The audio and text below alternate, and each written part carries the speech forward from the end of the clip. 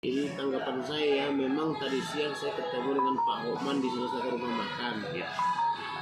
Dia menunjukkan suatu video sedang berdialog dengan ada satpam, Ya. ada juga polisi, Ya.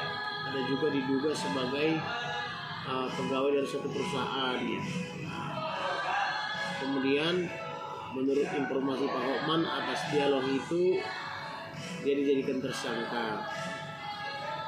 Tersangkanya pun berdasarkan pasal 160 atau dianggap suatu penghasutan gitu ya, Junto 335 kalau nggak salah ya, atau pidana.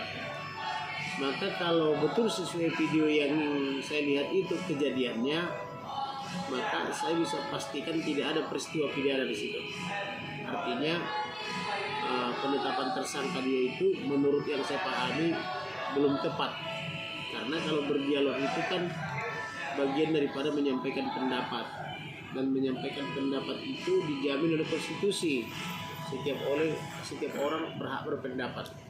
Jadi beliau karena merasa dia tanah atau area itu adalah milik dia, tentulah dia berhak untuk melarang orang lain yang dianggap oleh dia tidak berhak. Maka kalau lawan bicaranya itu misalnya menganggap dirinya berhak juga, ya silakan tempuh jalur hukum, misalnya menempuh upaya hukum,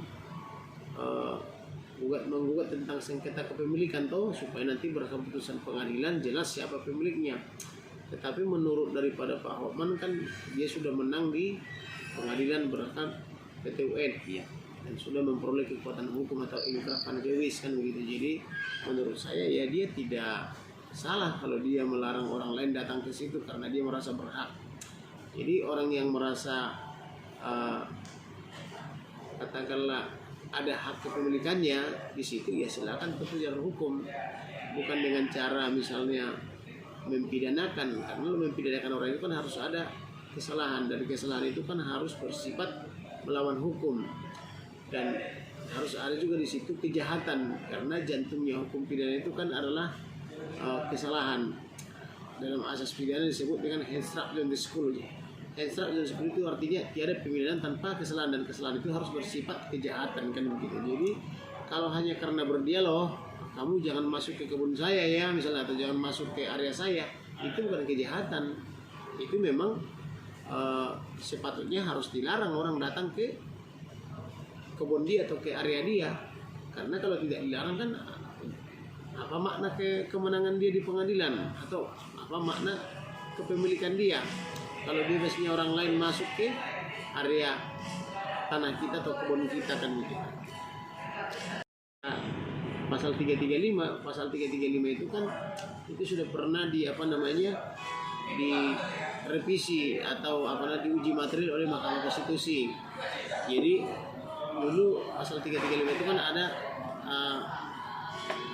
semacam narasi perbuatan tidak menyenangkan, tetapi setelah direvisi atau setelah diuji materi di Mahkamah Konstitusi, itu menjadi harus ada perbuatan kekerasan dan atau ancaman kekerasan. Jadi kalau tidak ada kekerasan, lalu kejahatan apa yang dilakukan? Atau kalau tidak ada ancaman kekerasan, kejahatan apa? Kan harus dirinci apa kekerasannya atau apa ancaman kekerasannya.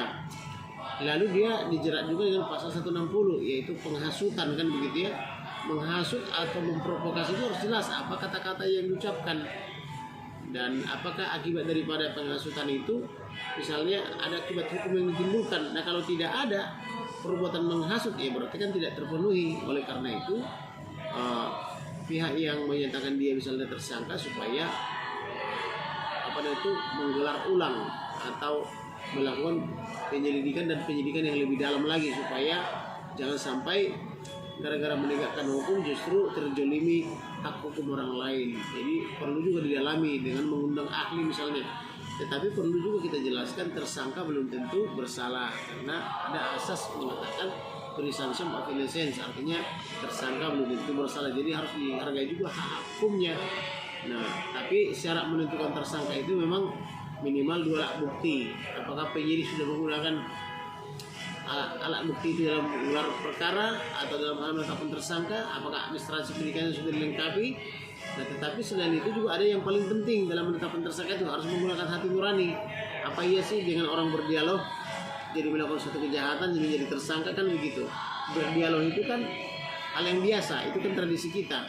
Tapi jangan gara-gara berdialog seseorang menjadi tersangka. Kan begitu. Jadi perlu didalami lagi dengan cara misalnya penyidik mengundang ahli, baik ahli pidana maupun ahli lainnya kan gitu, ahli tata bahasa atau ahli bahasa misalnya.